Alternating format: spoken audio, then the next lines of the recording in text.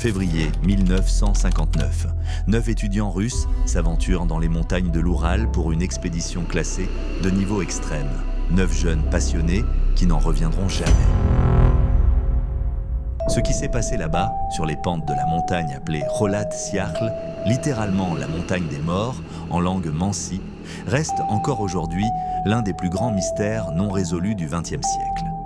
Quelques jours après leur disparition, les secouristes retrouvent dans leur tente, lacérés de l'intérieur, comme si quelque chose ou quelqu'un avait provoqué une panique soudaine. Les membres du groupe semblent avoir fui pieds et nus dans la neige, certains à moitié vêtus, malgré des températures glaciales de moins 30 degrés Celsius. Mais ce n'est que le début de l'horreur.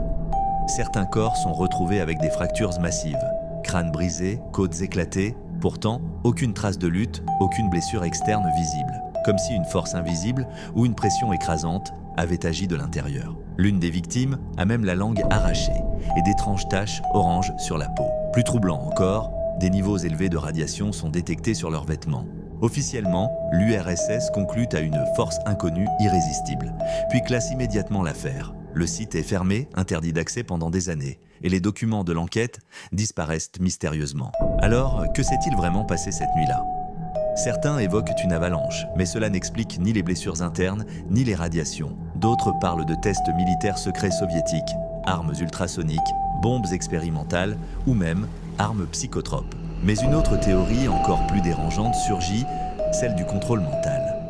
À cette époque, la CIA mène le projet MK-Ultra, un programme clandestin visant à manipuler l'esprit humain à travers l'hypnose, les drogues hallucinogènes et la privation sensorielle. Des documents déclassifiés révèlent que les Américains ont tenté de créer de véritables marionnettes humaines. Et la Russie, à l'époque, menait ses propres recherches, tout aussi sinistres. Et si les randonneurs du col Dyatlov avaient été exposés à une expérience soviétique de manipulation mentale, et s'ils avaient perdu la raison, poussés par une force invisible, une voix intérieure, une hallucination collective provoquée, des témoins affirment avoir vu des lumières étranges dans le ciel cette nuit-là, des sphères flottantes, silencieuses, comme des drones avant l'heure. D'autres parlent de présences non humaines, des entités, des ombres dans la neige, rêves, paranoïa ou conséquences d'un programme top secret.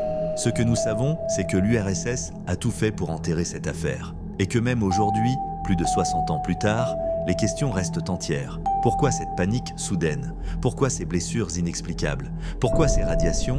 Et surtout, à quoi ont-ils été exposés là-haut dans le froid glacial de l'Oural ?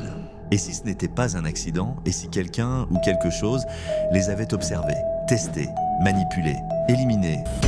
Abonnez-vous à The Forbidden Files, car dans notre prochaine vidéo, nous plongerons dans les coulisses de l'expérience de Philadelphie, un navire téléporté en 1943, des vérités que vous n'êtes peut-être pas prêt à entendre. Restez curieux, restez prudent, car parfois, la vérité est bien plus dangereuse que le mensonge.